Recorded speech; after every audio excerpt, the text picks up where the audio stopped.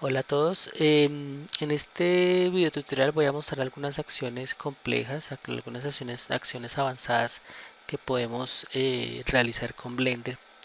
En primera instancia pues voy a insertar una serie de objetos, de assets por decirlo, de geometrías, que pues básicamente son las geometrías que nosotros podemos encontrar directamente en Blender. Fíjense que estoy recurriendo a este panel de crear, pero puedo también oprimir Shift A y obtener los mismos objetos que tenemos al costado izquierdo. Entonces, por ejemplo, en cuanto a Mesh, tenemos planos, tenemos el círculo, y aquí en el círculo podemos configurar si queremos el número de polígonos que nosotros queremos darle. Voy a hacer un acercamiento con punto del pad numérico para que se nos eh, profundice la vista. Digamos que fíjense que aquí hay algo, y es que el círculo como tal no es más que una reunión de vértices que se han irradiado de un centro hacia afuera. Entonces aquí lo que vamos a hacer, por ejemplo, es darle otro nivel de vértices, y fíjense que la forma se vuelve cada vez más definida, más detalladita. Entonces vamos a darle 36, por ejemplo, y aquí tenemos los polígonos. Ahora, este círculo que tenemos acá, como la gran mayoría de figuras, digamos que iremos encontrando que se nos presenta sin fondo, pues podemos darle un fondo o una solidez, una geometría sólida, oprimiendo la tecla F, y generamos una cara. En esta versión de Blender se genera una cara para estas formas, pero realmente en los motores de videojuegos todos los planos van a ser convertidos en triángulos, todos los polígonos van a ser convertidos en simples triángulos. Así que aquí podemos controlar en una primera instancia la creación de estos triángulos, como pueden ver acá, oprimiendo la tecla F, o podemos, voy a dar control Z, podemos triangular de la siguiente forma. Podemos extruir, oprimimos al M para hacer una convergencia de estos polígonos, de estos vértices extruidos. Lo vamos a hacer hacia el centro, y se nos ha creado una serie de caras sólidas para nuestro círculo, pero que en este caso convergen hacia el centro. Tenemos igualmente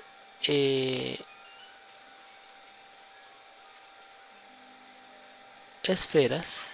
En este caso, esta esfera que vemos acá, que se nos ha presentado, se denomina esfera V.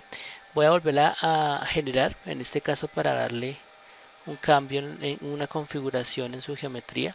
Aquí tenemos que podemos darle en los segmentos un número determinado, por ejemplo 12, y podemos darle en sus anillos otro número. Entonces, según el número que yo le dé, tanto en segmentos como en anillos, podemos obtener una geometría mucho más eh, detallada, mucho más fina. Por ejemplo, si yo le doy 36 como segmentos y 36 como anillos, pues obtengo una esfera muchísimo más refinada. Obviamente, en términos de videojuegos, se supone que la geometría debe ser sencilla, es decir, debe tener el mínimo número de polígonos posible. En este caso voy a darle 12 otra vez, y digamos que esta es una posibilidad interesante a la hora de generar geometrías con esferas. Tenemos también la icoesfera, que no es más que una esfera en donde vemos ya una apariencia completamente diferente. Por ejemplo, aquí las subdivisiones no se hacen segmentos ni anillos, y realmente esta esfera está formada por polígonos de diferente naturaleza.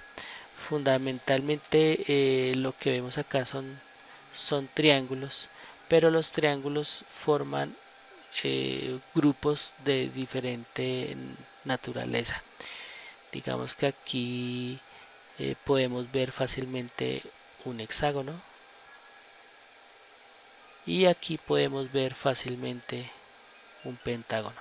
Entonces son geometrías de base triangular, es decir, la figura geométrica, la forma geométrica básica es el triángulo, pero esta se agrupa de tal forma que genera una estructura más compleja, en este caso el pentágono, en este caso el hexágono, y pues simplemente da como resultado una esfera de diferente apariencia según el número de subdivisiones que yo genere, pues así mismo va a ser su apariencia. Obviamente esta naturaleza de esfera pues puede servir muy fácilmente para crear estructuras basadas en conceptos de domo o algo así por el estilo. Vamos a ubicarla en otra posición. Ahora tenemos el cilindro, que podemos también configurar el número de vértices. Vamos a correrla a este lado. Tenemos el cono, igual podemos configurar sus números de vértices. Tenemos las formas toroides, una forma toroide. Esta forma toroide, vamos a ver nuevamente una configuración toroide. Esta forma toroide pues tiene ya de hecho una configuración determinada que pues no se nos permite mayores configuraciones. Podemos por ejemplo hacer una configuración de los segmentos más grandes y los segmentos más pequeños. Entonces aquí voy a hacer una configuración por ejemplo de 50. Ahora fíjense que los segmentos mayores son básicamente los segmentos que van de adentro hacia afuera. Digamos que en la posición son las que delimitarían el nivel o el número de polígonos del que estaría formando el toroide, si lo vemos de una forma muy general. Entonces el anillo en sí, por decirlo de alguna forma, cada uno de estos anillos está formado por una serie de segmentos que son los minor segments, pero el número de anillos es el que estaría delimitado por major segments. Entonces digamos que aquí tenemos una configuración bien interesante que podríamos utilizar en un momento determinado.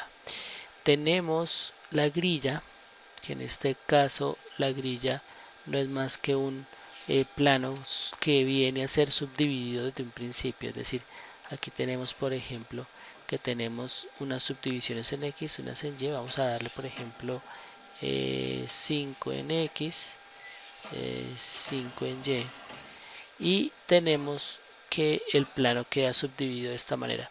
Esto resulta muy útil para evitar tener que utilizar el plano y empezar a subdividir con W. Entonces obviamente esto optimiza bastante el trabajo.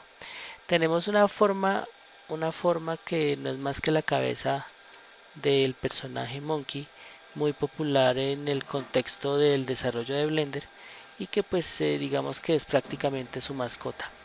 Esta forma que vemos acá pues nos puede servir muy fácilmente, no tanto como para utilizarla para un juego o para utilizarla para un proyecto como tal, sino más bien como para ejemplificar ciertas cosas. Por ejemplo, nos puede servir para poder visualizar el comportamiento de un material o el comportamiento de una textura, de pronto para hacer efectos, es decir, para que en el momento en el que nosotros queramos hacer un determinado efecto, entonces el utilizar esta forma pues irregular nos podría optimizar un poco la visualización de los efectos que se den a cabo. Tenemos curvas Bézier. En este caso voy a quitar por un momento estas formas que ya había insertado. La curva Bézier pues no es más que una curva que pues es generada a partir de una fórmula matemática. Estos punticos que vemos acá, estas líneas, nos permiten controlar la curva. Si oprimimos E, extruimos un punto y digamos que se va generando otra serie de curvas. Si oprimimos control y el botón izquierdo del mouse, ubicamos el cursor en cualquier sitio, control, botón izquierdo, pues se genera una nueva curva. Entonces lo que vemos acá es una curva que nos puede servir incluso para generar formas. Si queremos por ejemplo cerrar esta curva, es decir, unir los extremos, pues básicamente lo que podemos hacer es seleccionar los dos extremos, los dos puntos de los extremos, cerciorarnos que estén seleccionados y oprimimos la tecla Alt C. Entonces al oprimir Alt C se cierra la curva. Podemos incluso, si vemos esto en una apariencia sólida, vamos a ver que pues por ahora la malla no tiene una apariencia sólida.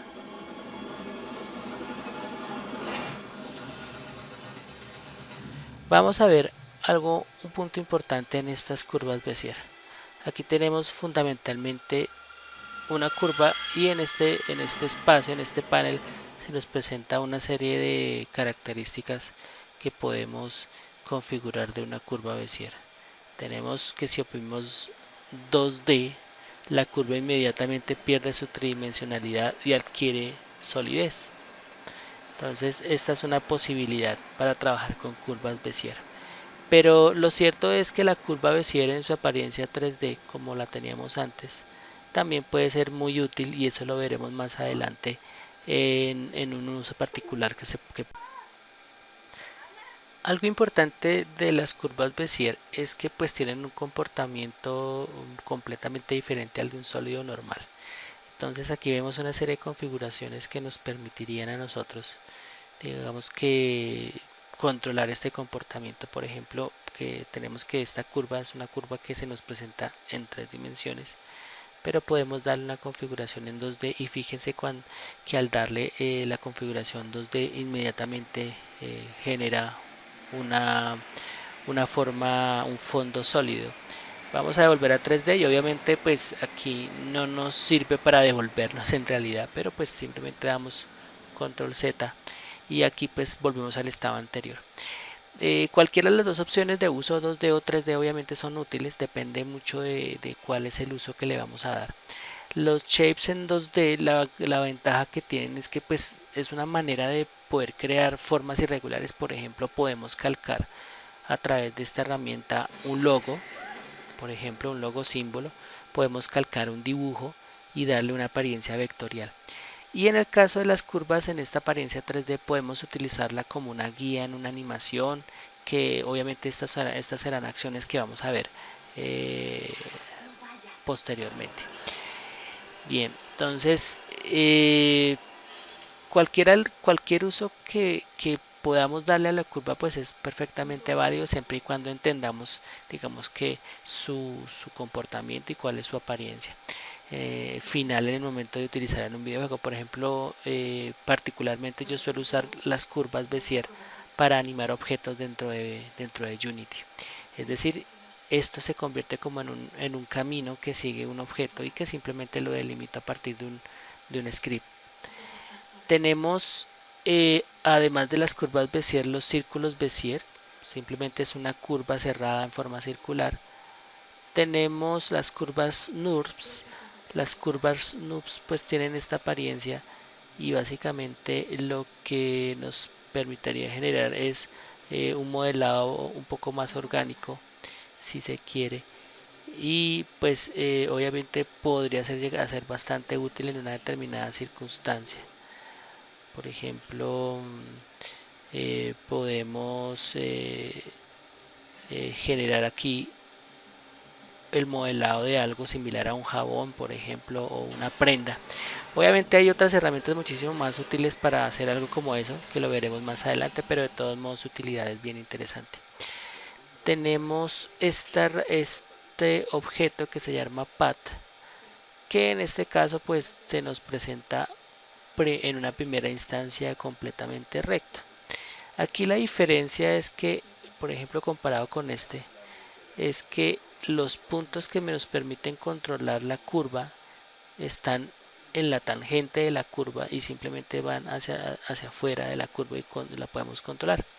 En el caso de estas curvas tipo path, aquí la diferencia radica en que los puntos de control, digamos aquí hay un punto que está en la tangente, pero los extremos van unidos a la curva, por lo tanto prácticamente tendríamos dos formas, una con un trazado recto, una conformada por un trazado recto, y tenemos otra generada que es la curva real que posiblemente podemos llegar a utilizar. Voy a borrar estos componentes y voy a seguir adicionando. Tenemos lámparas aquí, lámparas de diferente índole, lámparas de punto. Voy a utilizar esta para configurarla de una manera similar, es decir, las mismas que están acá, pero simplemente configurándolas acá. En la lámpara de punto tenemos la lámpara de sol, spot, luz EMI y luz de área.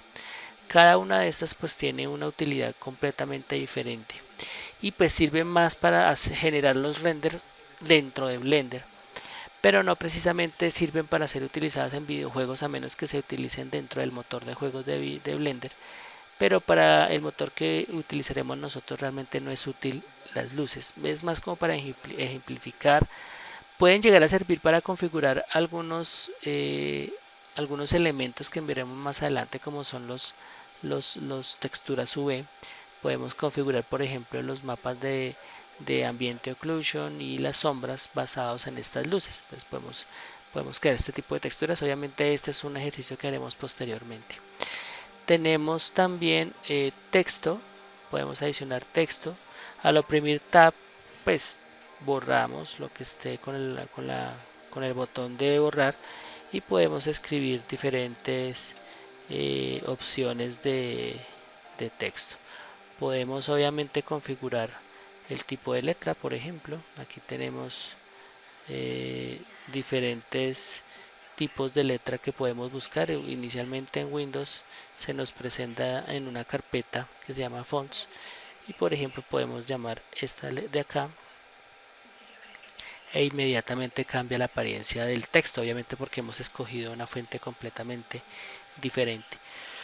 Tenemos esta opción de esqueleto que la veremos en animación y básicamente de lo que se trata es de un esqueleto que podemos adicionarle huesos. En esta primera instancia pues este esqueleto se nos presenta con un solo hueso, pero podemos coger sus puntas, oprimir E para extruir y aquí tenemos un esqueleto con diferentes huesos. Entonces según como lo trabajemos pues podemos perfectamente adaptarlo a una forma que vayamos a mover basados en esta herramienta.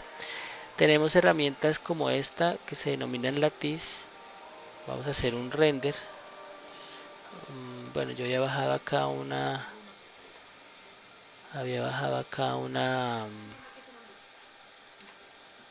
había quitado la cámara. Voy a adicionar un momento la cámara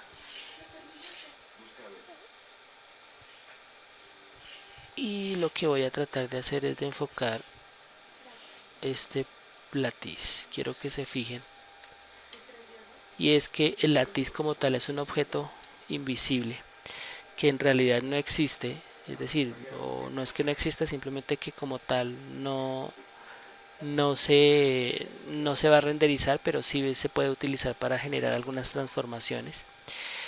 Podemos crear objetos también invisibles que son el empty. Es un objeto que particularmente lo uso como una guía de ubicación de ciertos objetos y en caso concreto lo suelo utilizar para emparentar a la cámara para que la cámara siempre rote mirando hacia este empty. Por ejemplo, voy a darle control T de acá, voy a decirle que pues que se constriña hacia el empty y fíjese que se movió un poquitico la cámara. Si yo roto la cámara, si la muevo, aquí realmente oprimí G, entonces si yo la muevo, fíjense que él se mantiene mirando hacia el empty. Bien, tenemos un objeto que ya habíamos adicionado, que es la cámara como tal. Vamos a darle enter acá. La cámara que como tal lo que nos permite a nosotros es adicionar cámaras. Tenemos este speaker. Y pues este speaker realmente de lo que se trataría es y sería muy útil en el caso de un videojuego, es que podemos adicionarle un sonido y pues este sonido pues tendería a comportarse de una manera similar en un motor de videojuegos, y es que según la posición en la que esté el sonido y por consiguiente la cámara, pues si la cámara se acerca al sonido, pues se acerca a este objeto que representa un sonido, pues se entendería que el sonido va a ser cada vez más fuerte. Entonces básicamente estos son los objetos que podemos crear en Blender utilizando este panel de crear.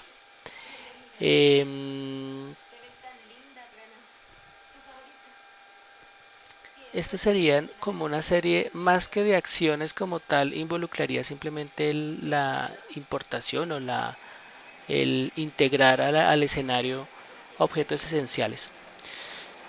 Aún no entramos al capítulo, aún no entramos a describir acciones complejas, pero creo que es importante empezar por, digamos que por mostrar esta serie de objetos que de todos modos en algunos momentos utilizaremos para crear algunas cosas interesantes. Entonces, por ahora eso es todo con respecto a acciones avanzadas. Seguiremos en un próximo video tutorial describiendo algunos eventos especiales utilizando herramientas complejas y avanzadas de Blender.